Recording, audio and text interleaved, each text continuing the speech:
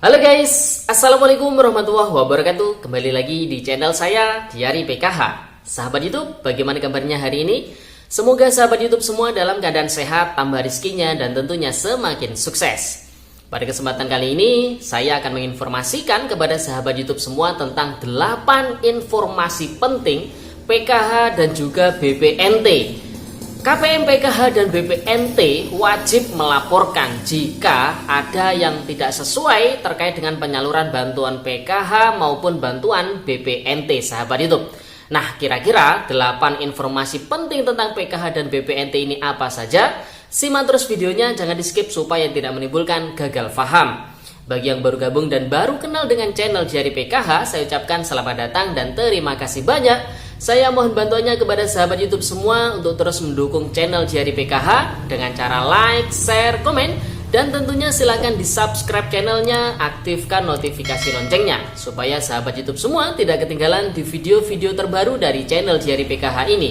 Dan silahkan di share ke grup-grup media sosial sahabat YouTube semua apabila video kali ini bermanfaat.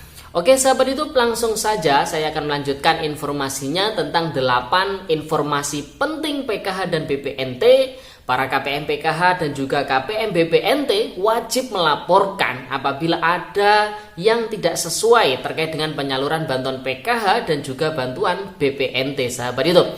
Nah sahabat YouTube, informasi selengkapnya seperti apa? Kemarin pada tanggal 16 Agustus tahun 2021 ya sahabat YouTube, kita mendapatkan surat ya dari sekretariat daerah di wilayah dampingan kami yaitu di Banyuwangi. Namun saya rasa surat dari sekretariat daerah ini mewakili ya sekretariat daerah-daerah di seluruh Indonesia. Saya yakin sama ya terkait dengan penyaluran bantuan PKH dan juga BPNT. Dan ini perlu saya informasikan kepada sahabat YouTube semua karena informasi ini sangat penting terkait dengan pengawasan dan juga pelaksanaan bantuan non tunai ya, bantuan sosial non tunai baik itu PKH maupun bantuan BPNT. Karena jangan sampai ya KPM PKH, KPM BPNT ini tidak tahu dengan program, dengan aturan yang ada di PKH dan juga di BPNT. Karena ketika tidak tahu, maka ini ada celah ya bagi oknum-oknum yang tidak bertanggung jawab untuk mengambil kesempatan ya, mengambil kesempatan yang tentunya kesempatan ini tidak diinginkan oleh para KPM PKH dan juga KPM BPNT, yang artinya bisa dibahasa sederhanakan ini bisa disalahgunakan lah seperti itu ya sahabat YouTube. Nah, jadi 8 informasi penting berdasarkan surat dari sekretariat daerah di wilayah Kabupaten Banyuwangi ini apa saja sahabat YouTube? Yang pertama, ini informasi pentingnya, yang pertama adalah memantau dan memastikan kartu KKS ya, kartu ATM merah putih dipegang sendiri oleh keluarga penerima manfaat. Sahabat YouTube, ini sangat penting sekali. Sering saya ingatkan kepada sahabat YouTube semua, para keluarga penerima manfaat baik itu PKH, BPNT. Jadi kartu ATM, kartu KKS merah putih, kartu keluarga sejahtera itu wajib dipegang oleh penerima manfaat ya sahabat, itu wajib disimpan oleh pemiliknya sendiri. Jangan sampai kartu KKS ini dipegang oleh pendamping, dipegang oleh ketua kelompok, kemudian dipegang RT RW, kepala dusun, dan mungkin oknum-oknum yang lain, karena ini sangat rawan ya sahabat. Itu mungkin dalihnya ini sebagai bentuk supaya aman ya, supaya tidak hilang ya, supaya mempermudah proses penyaluran. Namun itu salah ya sahabat YouTube. Jadi perlu diingat, kalau masih ada yang dipegang oleh oknum-oknum yang saya sebutkan tadi, silakan diminta ya sahabat YouTube, silakan diminta.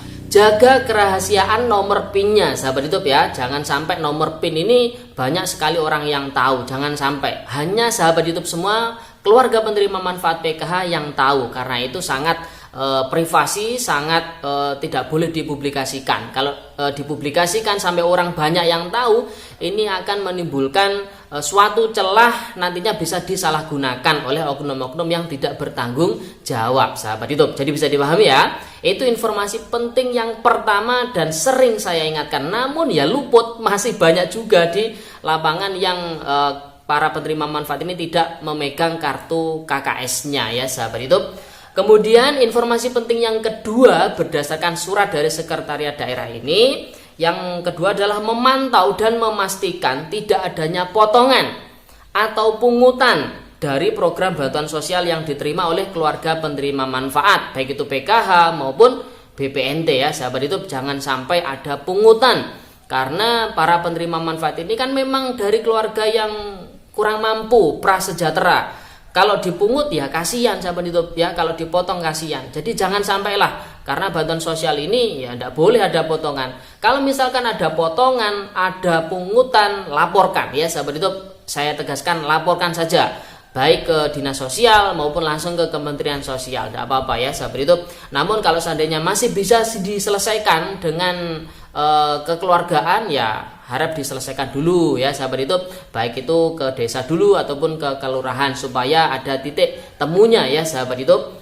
Kemudian informasi penting yang ketiga berdasarkan dari surat sekretariat daerah ini adalah memantau dan memastikan pencantuman nama perusahaan yang memproduksi beras ya, kualitas atau jenis beras, baik itu jenisnya premium ataupun medium, dan berat bersih atau neto dalam kemasan pada e-warung atau agen penyalur program sembako. Nah ini juga penting, jangan sampai sahabat YouTube ini menerima bantuan BPNT, berasnya itu sahabat YouTube ya kan dikarungi ya, jadi kan dalam wadah karung. Karungnya itu tidak ada capnya, tidak ada perusahaan yang memproduksi, tidak ada berat bersihnya berapa, tidak ada jenis kualitas berasnya seperti apa, baik itu premium maupun medium, ini tidak ada. Ini jangan diterima ya. Aturan dari kementerian ini harus ada capnya, harus ada jenis berasnya ini premium atau medium, dan berat bersihnya ini berapa. Jadi harus seperti itu sahabat YouTube ya.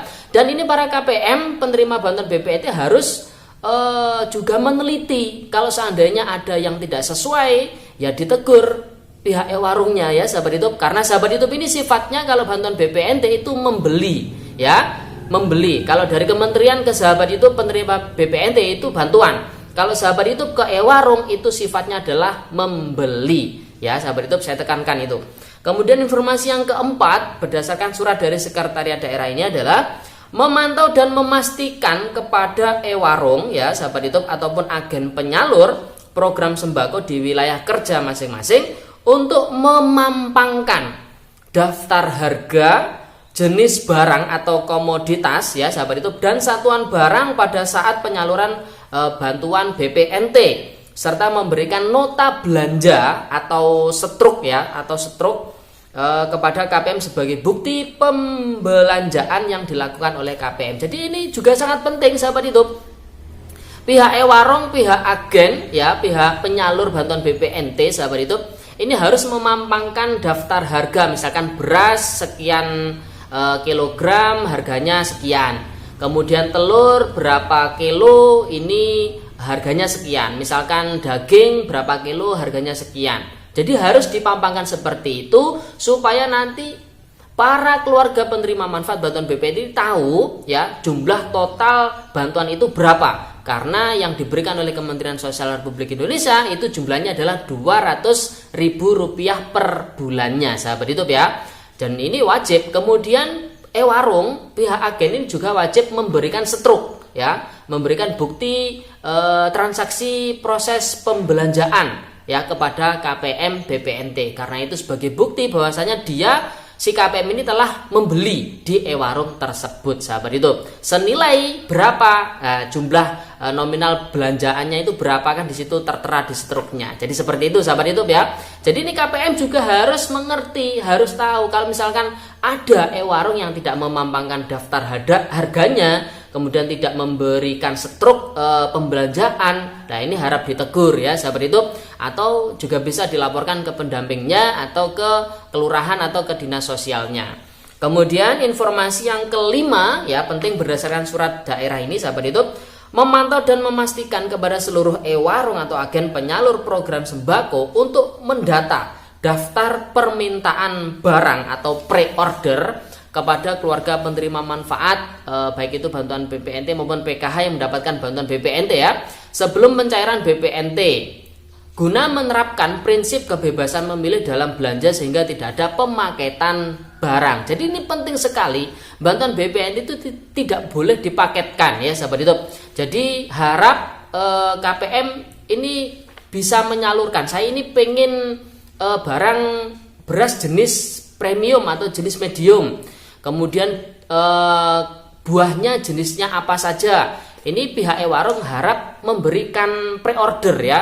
Jadi bisa menawarkan ke KPM ini mintanya seperti apa. Jadi supaya tidak ada istilahnya pemaketan ya sahabat YouTube. Kalau pemaketan itu salah. Jadi KPM tidak bisa memilih. Padahal orang beli itu berhak memilih barang mana yang mau dibeli ya kan sahabat YouTube. Namun kalau untuk bantuan BPNT ini ada pembatasan memang ya, komoditi yang boleh dibeli ataupun yang tidak boleh dibeli sahabat YouTube. Kalau yang tidak boleh dibeli ya kayak gula, minyak ini tidak boleh. Tepung itu tidak boleh sahabat YouTube ya. Kalau yang boleh apa? Ya beras, telur, daging, kemudian tempe, tahu, buah-buahan, sayur-sayuran itu boleh sahabat YouTube ya. Kemudian informasi yang keenam ya sahabat YouTube, yang penting berdasarkan surat dari sekretariat daerah ini, yaitu memberikan himbauan dan sosialisasi kepada seluruh e-warung atau agen penyalur program BPNT atau program sembako untuk menimbang kembali beras ya atau komoditas sebelum diberikan kepada keluarga penerima manfaat. Jadi dari supplier, dari pabriknya, setelah nyampe ke pihak e-warung atau agen, ini pihak agen ataupun pihak e-warung wajib menimbang kembali berasnya itu apakah sudah benar 10 kg atau 15 kg. Kalau sudah benar ya oke. Kalau masih belum sesuai, segera protes ke pihak supplier atau pihak pabriknya itu supaya diperbaiki ya sahabat YouTube, supaya ditambah berasnya itu yang kurang. Jadi seperti itu, supaya nanti juga kalau misalkan ini KPM yang teliti, setelah nyampe ke rumah berasnya itu ditimbang sahabat YouTube ya. Jadi kalau ditimbang ada yang tidak sesuai, lapor itu berhak ya si KPM ini, karena komoditinya kurang berdasarkan daftar yang dipampang itu tadi ya sahabat YouTube. Kemudian informasi yang penting yang ketujuh berdasarkan dari surat sekretariat daerah ini adalah mensosialisasikan dan memberikan pembelajaran kepada e-warung ataupun agen penyalur program sembako, bukan hanya berorientasi keuntungan atau profit oriented ya sahabat itu, tetapi juga berorientasi sosial. Jadi yang namanya bantuan pangan non tunai ini kan bantuan sosial sahabat itu. Jadi jangan dianggap sama halnya orang-orang lainnya yang beli. Jadi harus ada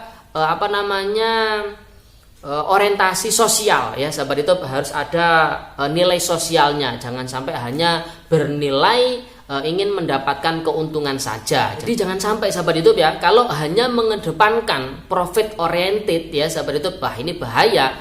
Nanti KPM ini yang rugi ya sahabat YouTube.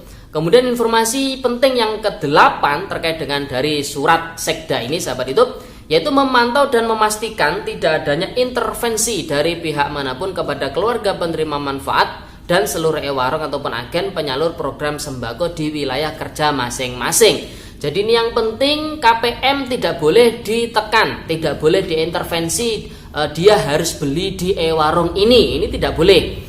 Harus membeli di desa ini tidak boleh sahabat itu. Jadi terserah mereka, jadi tidak boleh ada intervensi. Misalkan dari pihak e-warung juga sama, misalkan pendamping mengintervensi si agen harus membeli beras atau supplier di gudang ini, atau harus membeli buah di toko ini, ya tidak boleh sahabat YouTube. Jadi bebas ya. Jadi ini menerapkan pasar bebas di mana-mana boleh. Jadi seperti itu sahabat YouTube.